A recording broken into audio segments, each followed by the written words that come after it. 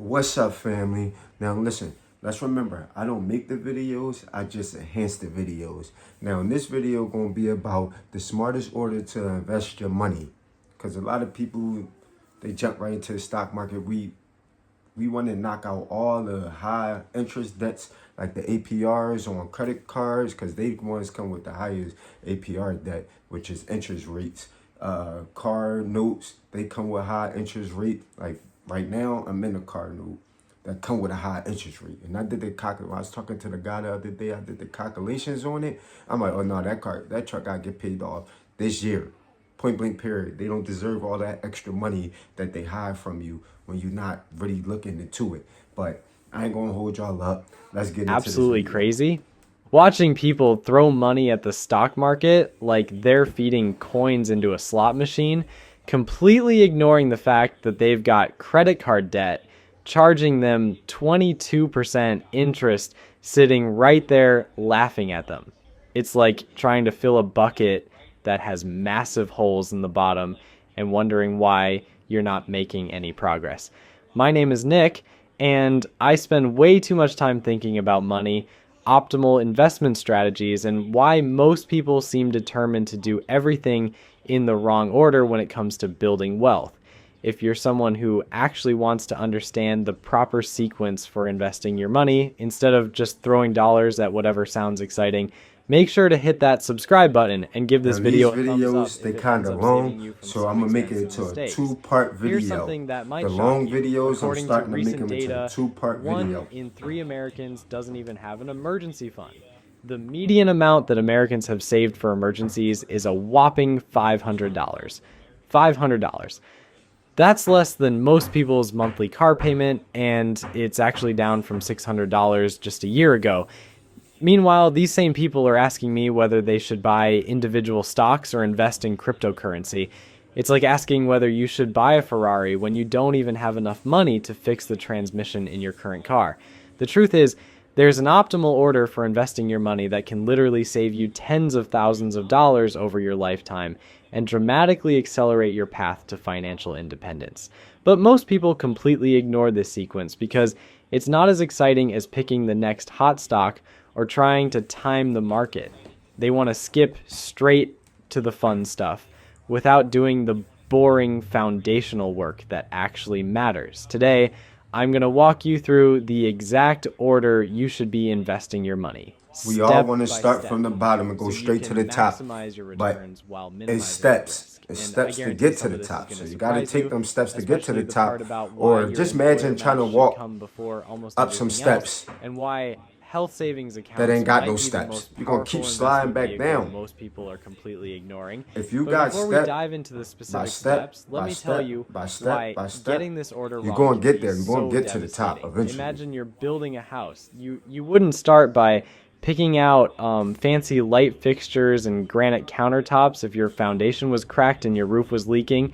Yet that's exactly what most people do with their finances. They get excited about investing in the latest trendy ETF while carrying high interest debt that's guaranteed to destroy any gains they might make. The opportunity cost of getting this wrong is massive. Every month you delay paying off. Credit card debt that's charging you 22% interest is a month where that debt is growing faster than almost any investment you could reasonably expect to make. Every month you ignore your employer's matching contribution is literally free money you're leaving on the table, and every month you contribute to a taxable investment account before maxing out your tax-advantaged options is money you're unnecessarily handing over to the IRS. Before you invest a single dollar anywhere, you need to establish an emergency fund. Now, I know this sounds boring. I know you'd rather hear about which stocks are going to make you rich, but here's why this matters more than you think. An emergency fund isn't just about having money for unexpected expenses, though that's certainly important. It's about creating a psychological safety net that prevents you from making terrible financial decisions when life inevitably throws you a curveball. When your car breaks down or you face an unexpected medical bill, having an emergency fund means you don't have to sell your investments at the worst possible time or rack up high interest debt to cover the expense. The question everyone asks is, how much should you save for emergencies?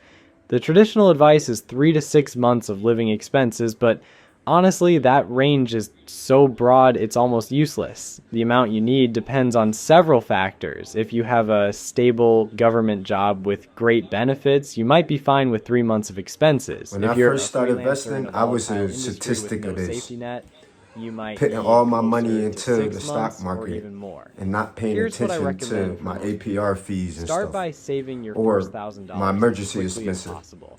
This covers most You minor will, I emergencies repeat, you and gives will that have to pull psychological money safety out net, of your investments then if you don't work have towards no 1 extra month of money living put expenses. up. It's just Once you hit that what's going to milestone, happen. You got to keep put the building money until up you first reach 3 and then months of start to expenses. invest. This approach breaks down But as what you can feel learning, like you going an to get that. You're overwhelming going to start to goal learn that. into manageable chunks. But here's something interesting that most people don't realize. Recent research from Vanguard found that people with at least $2,000 in emergency savings had financial well-being scores that were 21% higher than those without any emergency fund. That was the largest boost linked to any financial factor they measured.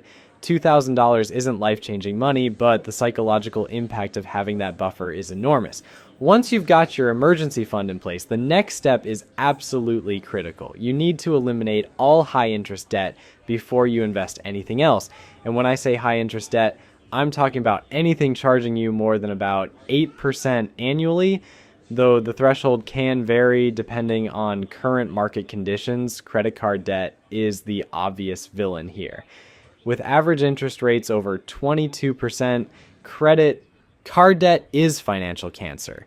It grows faster than almost any reasonable investment return you could expect, which means carrying credit card debt while investing is like trying to run a marathon with a backpack full of rocks.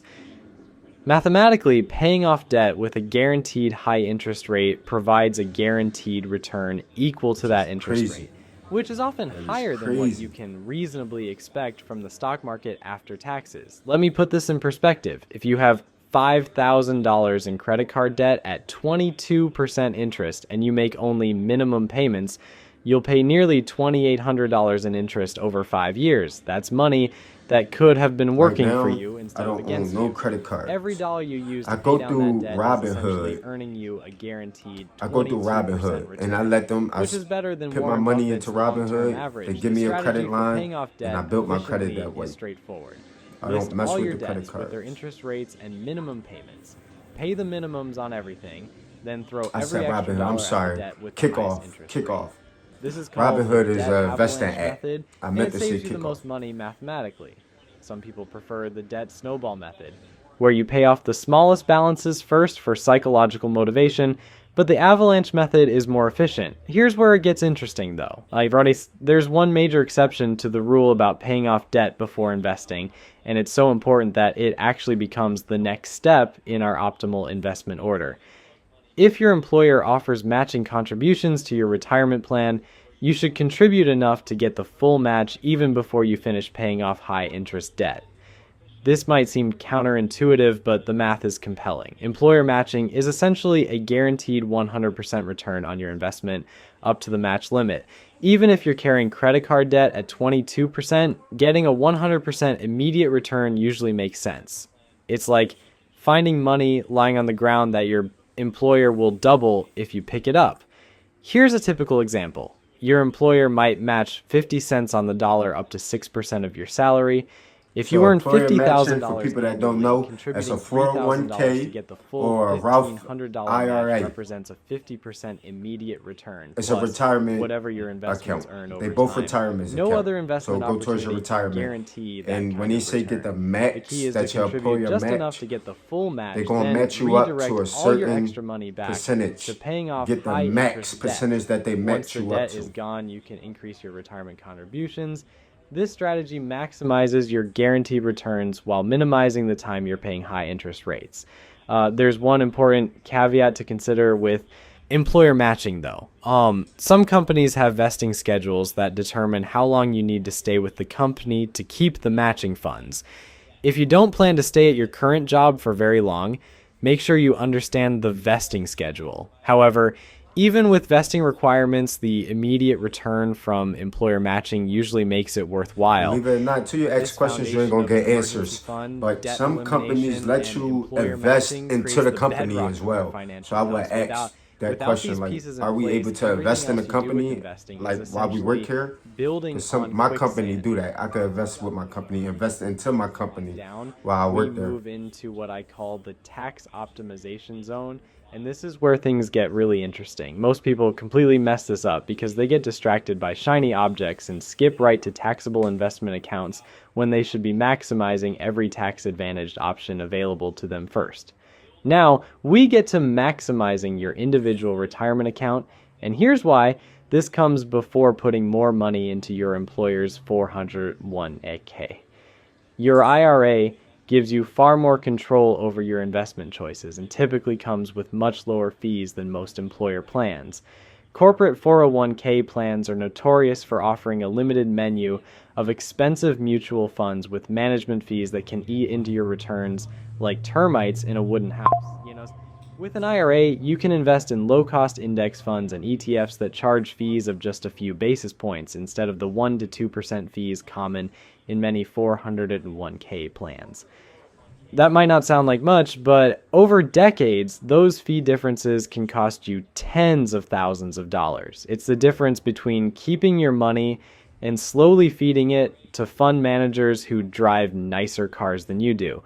For 2025, you can contribute up to $7,000 to an IRA, or $8,000 if you're 50 or older. The catch-up contribution is like a participation trophy for getting old, except this one actually helps you retire comfortably. Once you've maxed out your IRA contributions, then you can go back to your employer's 401k and start contributing beyond the match. But here's where the decision gets more complex, and it's something that keeps financial advisors employed and ordinary people confused. You need to choose between traditional and Roth versions of these accounts, and the choice I'm bringing y'all these videos, but do your own research. Over your lifetime. I am not a financial advisor. I just bring in these videos because they help me out through my journey in my life, and they still helping me out through my journey in my life. Or later? But just do your research. Traditional accounts let you deduct contributions YouTube, you from your got current Google. taxable There's a income, lot of stuff but out you there pay where you can do taxes your when own you withdraw research, the money in and you can retirement. still watch my Roth videos. accounts But make you pay taxes do some upfront, research but then for yourself. It's all going your to help you withdrawals out in in the long retirement run. I'm are telling you. completely tax-free. Here's the general rule that works for most people. If you're currently in a high tax bracket and expect to be in a lower one in retirement, choose traditional accounts to get the tax deduction now. If you're in a lower tax bracket now but expect to be in a higher one later, choose Roth accounts to pay the lower tax rate today. The problem is that predicting future tax rates is about as reliable as predicting the weather 3 months from now. Young people starting their careers should probably lean toward Roth accounts because they're likely in their lowest earning years, and tax brackets will probably only go up from here. High earners who are hitting their peak income years might benefit more from traditional accounts to reduce their current tax burden, but honestly, if you're not sure, splitting your contributions between both types creates tax diversification and gives you options in retirement.